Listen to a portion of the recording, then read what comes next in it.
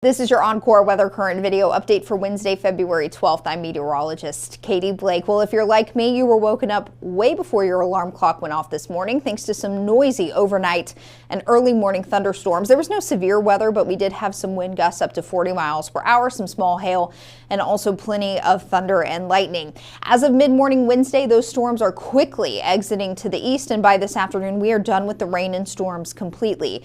But as the rain ends, a strong cold front moves in, and this is going to put a lot of us below freezing overnight through early Thursday morning. So I do expect a freeze from the Permian Basin through the Concho Valley, up through Waco Temple, over to Tyler, and then points north, even some low to mid 20s as you get up to the Red River early Thursday morning. So freeze prep will need to be in place for many of us by Wednesday night, as a freeze is expected through Thursday morning. Thursday afternoon, it's going to be cold, but we get above freezing, and then a lot of us will go back below freezing Thursday night into Friday morning, with another freeze expected mainly across parts of North and West Texas. So that's the first thing you need to know. Freeze prep got to be in place by tonight, because many of us will see a freeze tonight through Thursday morning, and then again Thursday night into Friday morning. Now we get a brief warm up Friday into Saturday, and then another cold front will move through late Saturday to put a lot of us back below freezing by Saturday night. And then early next week, a third strong cold front is in the forecast at this time, and that could mingle with a little bit of precipitation.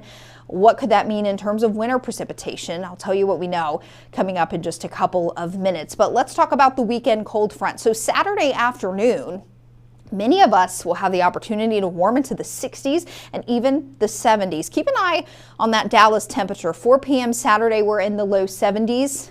By 7 p.m., we're down into the mid 50s. So this will be a strong cold front that drops temperatures across the state very quickly. By midnight, a lot of spots along and north of 20 are already below freezing, and then we get into Sunday morning, a widespread freeze across much of the state. I do expect central Texas, Round Rock, Georgetown, you to get very close or just slightly below freezing, so a widespread freeze Saturday night into Sunday morning. So check that freeze prep. There's a very good chance that a lot of it is still kind of in place from previous cold snaps this winter, but give that outdoor plumbing insulation and coverage a check. If you brought your plants back out of the garage or uncovered them, they'll need to go back in the garage or be covered once again as these freezing weather comes in for the next couple of nights. So we discussed first of two cold fronts already, the one that moves through later today and then the one that moves through over the weekend.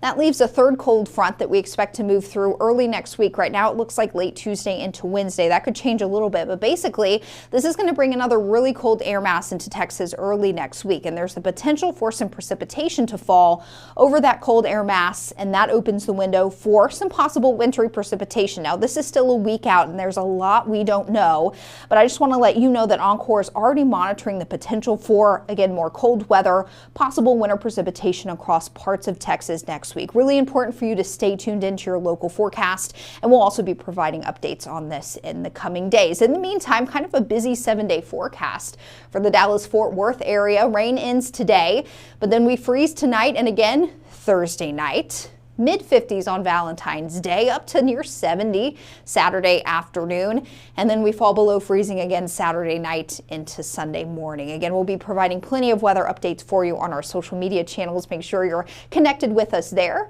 and in the meantime, stay warm.